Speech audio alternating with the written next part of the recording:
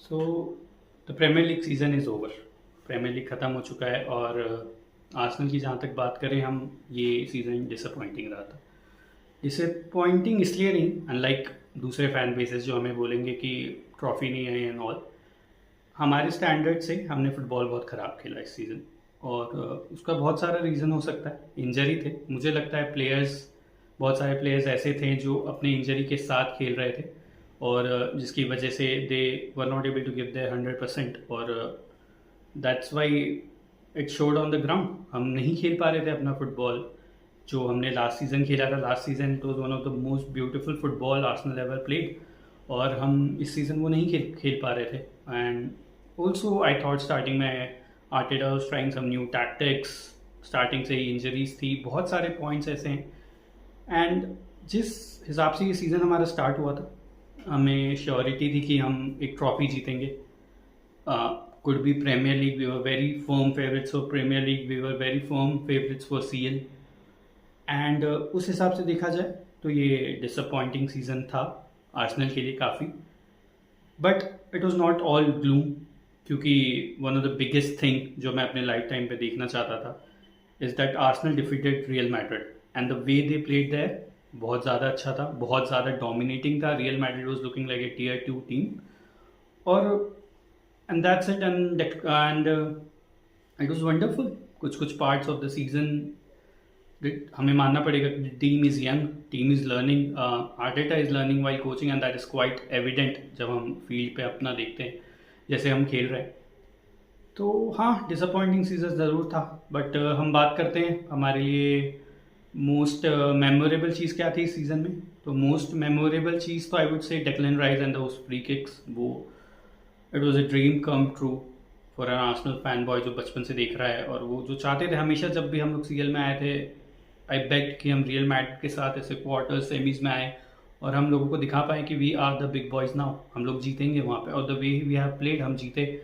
And those two free kicks was just, it was so not so Arsenal thing in recent days, but हमने किया वो चीज़ और हम जीते। We were dominating Real Madrid like anything, and that's Real Madrid. And people से उनका form नहीं है या वो नहीं है, but Mbappe, Vinny, everyone was there, Jude, everyone was there, and still we beat them and we reached semis of the Champions League. हम 16 years, 17 years बाद वहाँ पहुँचे। That's a very very big step ahead. If you think कि ऐसे ही जाके जीत सकते हैं तो it's not easy. I know PSG थी हमारे सामने, हमें जीतना चाहिए था, I agree. But then again injuries, ये सीज़न बहुत ही ख़राब लक के हिसाब से भी रहा है हमारे लिए। तो वो भी एक चीज़ थी। And the best player this season अगर हम बोलें तो मेरे लिए डेक्लन राइस, और आई थिंक सारे आर्सेनल फैंस जिन्होंने देखा उनके लिए वही होगा, क्योंकि he was absolutely stunning in every single match. His availability, सबसे ज़्यादा वो प्रेजेंट थे। नंबर 6, नंबर 8 हर रोल में वो खेल रहे थे, हर रोल में बहुत अच्छा खेल रहे थे। आई think so number 8 is his future. अब जो आर्सेनल आगे ट्रांसफर देखेंगे, he was absolutely brilliant in each and every match, चाहे PL हो, CL हो, कप मैचेस हो। And I think he was our best player and he's worth every million which we paid for him, definitely. And disappointing player की बात करें तो my favorite Odegaard, I think he was not it. Injury हो सकती है क्योंकि उससे पहले वो बहुत सारे चांसेस बना रहे थे, and I wish we take a striker who take those chances, then लोगों को realize होगा कि he is one of the best attacking midfielders out there. But because of injuries, maybe हमने लास्ट दिन देखा साउथहैम्पटन के खिलाफ उन्होंने शॉट मारे हैं, उन्होंने गोल भी मारा है, बट ये सीज़न उनके स्टैंडर्ड के हिसाब से बहुत अच्छा नहीं था। ऑल्सो टैक्टिकली आई वॉन्ट कि आर्टेटा उन्हें आगे पुश करे, वो बहुत पीछे से बॉल लेके आते हैं, that is not which limits his ability as a CAM, I think so. But fingers crossed, I am thinking, I am wishing his next season is very good.